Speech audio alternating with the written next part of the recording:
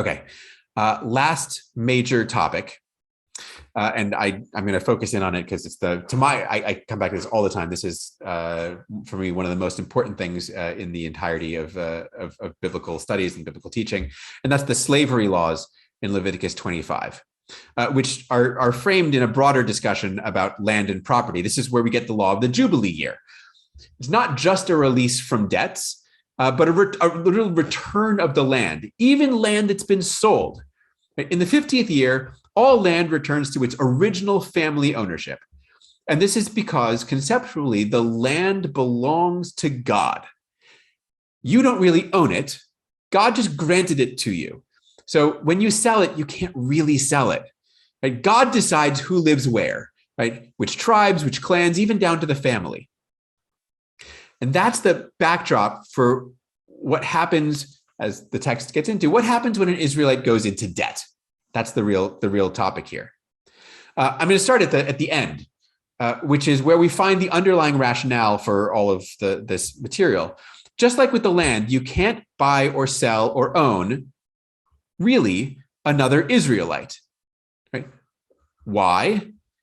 Because like the land of Israel itself, the Israelite people belong to God. You can't buy an Israelite, right? It wasn't somebody else. You can't sell an Israelite. It's not yours to sell, right? They belong to God. I'd say that this is a different view of redemption from Egypt than we usually have.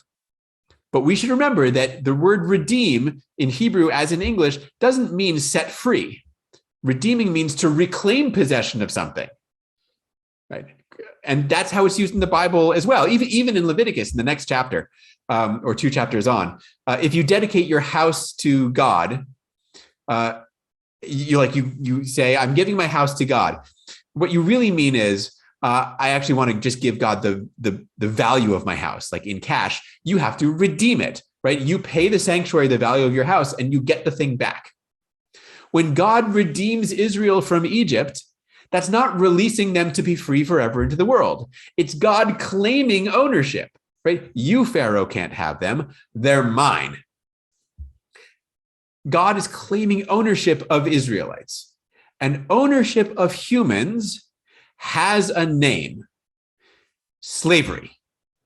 And that's why God can say, the people of Israel are my slaves. Right? They're my slaves. Your Bible, when you look at it, is going to say servants here. They all do. Right? For me, the people of Israel are servants. Right? That's fundamentally wrong. It doesn't even make sense. Right? In discussion about selling and buying people, like among Israelites, to say you can't do that because they're my servants. It only conceptually makes sense. It's only logical if they're slaves. They're owned property of God. Right? That's why you can't buy or sell them. So in other circumstances, I tend to go off on the translation of slave versus servant. I won't do that here, but this is one of these places where it really makes a difference. Okay. With this as the rationale, you can't, right? God owns Israelites as God's slaves. Let's look at how debt works. The setup is this. An Israelite goes into debt and sells himself to you. He owes you money, and you want him to work for you until the debt is paid off. That's actually all totally fine and logical enough. So that's the setup. An Israelite goes into debt, wants to sell and sells himself to you. Now, the rules about how this goes. First, and crucially, you shall not make them serve as slaves. That's what the NRSV has. I don't like it. The JPS translation is better. Do not subject him to the treatment of a slave. What the Hebrew really has here is a remarkable sort of tripling of the word slave. Literally, do not enslave him with the slavery of a slave. What does that mean? I don't know. Or we don't know yet, but the definition's coming. First, we have to get through what it doesn't mean. He shall, the person who is not treated like a slave, he shall remain with you as a hired or bound laborer. He shall serve only until the Jubilee year. Okay, so a slave is therefore different in kind from a hired or bound laborer. And I don't like the translation bound laborer. It's really just a word for immigrant laborer. They're not bound in any way. I think that's just a mistranslation. In any case, but these are two categories of people who work by choice. right? You hire them, you pay them. They're clearly not slaves. That's how you're supposed to treat Israelite debt slaves, as if they kind of had a choice, right? The way that you would treat somebody who you just were paying to do the work. And obviously they go back home in the Jubilee year. You can't keep them for the reason we saw already. They're God's slaves. They have to be released the same way the land has to be released. And then we get the key line. You shall not rule over him ruthlessly. Okay, so if it says don't treat him like a slave and says don't rule over him ruthlessly, the logic there is slaves are to be treated ruthlessly, or at least can be. And indeed, this word ruthlessly, some of you may have heard me say this before, this word ruthlessly appears in the Pentateuch only one other place. This is the very same word for how the Egyptians treat the Israelites back at the beginning of the book of Exodus. In other words, this ruthless treatment is like the paradigm of slavery. So obviously you shouldn't do that with your Israelite debt slaves, especially because they're not really your slaves anyway. Okay, great. Israelite debt slaves are categorically distinct from like slaves. So what's a slave? Some people will tell you, and by people I mean largely fundamentalist apologists, will tell you that the Bible represents a morally advanced document, right? Because other people out there had bad slavery, but Israel had only the good kind. Did you see? Like, just this debt slavery we're just looking at with, they had released in the Jubilee and treated well and, sent back to their family, right? Israel had the good kind of slavery. Everyone else had bad.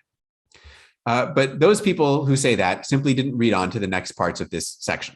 Yes, Israel had debt slavery. And yes, the Israelite debt slaves were treated relatively well. But Israel also had slavery, what we'd call chattel slavery, like in the American South. Such male and female slaves as you may have, and remembering for this text, Israelite debtors are explicitly defined not as slaves. So we're not talking about Israelites, we're talking about the kind of slaves that aren't the ones you treat well. If you're going to have slaves, if Israelites can't be them, they by definition have to be not Israelites. So indeed, it is from the nations around you that you may acquire male and female slaves. Israelites are enslaved to God and they have to be treated well because they're not your slaves. You don't own them. Foreigners? Fair game. Now, what's imagined here is almost certainly military captives, which is where most slaves in the ancient world came from cross-culturally, Mesopotamia, Greek, Rome, all of them. But if a resident alien, a stranger decides to sell you one of their children, that's okay too. Why? Because they're still not Israelites.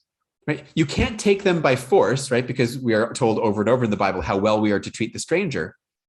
You can't take them by force, but if they choose to sell you their kid, that's okay.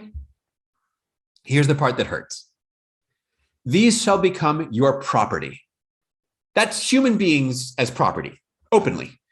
You may keep them as a possession for your children after you, for them to inherit as property for all time. There is no Jubilee year for them. There is no redemption. They are property. They are to be passed down, inherited, owned. These, the text tells us, these you may enslave. And in case we were unclear, a reminder. Among Israelites, no one shall rule another ruthlessly. Right? Again, that's that word for abusive, like physically abusive slavery. And again, the logic is straightforward. Israelites, not ruthlessly. Foreign slaves, go for it. Which is to say, Israel is invited to treat its own slaves as badly, as ruthlessly, as they themselves were treated in Egypt. And in the world of the story, these are the very same Israelites who just left that treatment. So the laws of Leviticus 17 through 26, I keep saying that, 17 through 20, I know there's a 27th chapter. I just never think about it. Isn't that weird? It's like I never think about that chapter at all. The laws of 17 through 27, there we go, may contain the golden rule. Sure, but they also contain the law forbidding homosexual intercourse. And at much greater length and clarity, they contain the law permitting the possession and abusive treatment of chattel foreign slaves. And we might say, as Jesus did and as Hillel did, yeah, but the golden rule trumps all else. But that's us saying that, not the Bible. That's us, for all the best reasons, choosing the verse that we like over against the ones that we don't.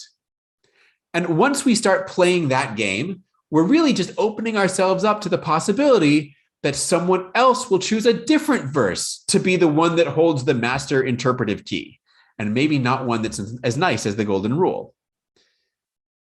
I'm not saying that we should somehow be following both the golden rule and these awful, terrible texts. Instead, I'm saying that we should be open about recognizing how our own values not only influence how we read, but are in fact prioritized above what we read. But we can also recognize that the biblical text itself recognizes that values change. That's actually the entire story of these chapters. They are an amendment, right, to a previously existing, authoritative text. The Bible is really nothing other than a record of how ideas and values develop and differ within communities, across communities, through space and time. It's okay not to like parts of it. The biblical authors and texts themselves didn't like parts of it. And in that light, it's perfectly biblical to challenge and refute and revise when necessary.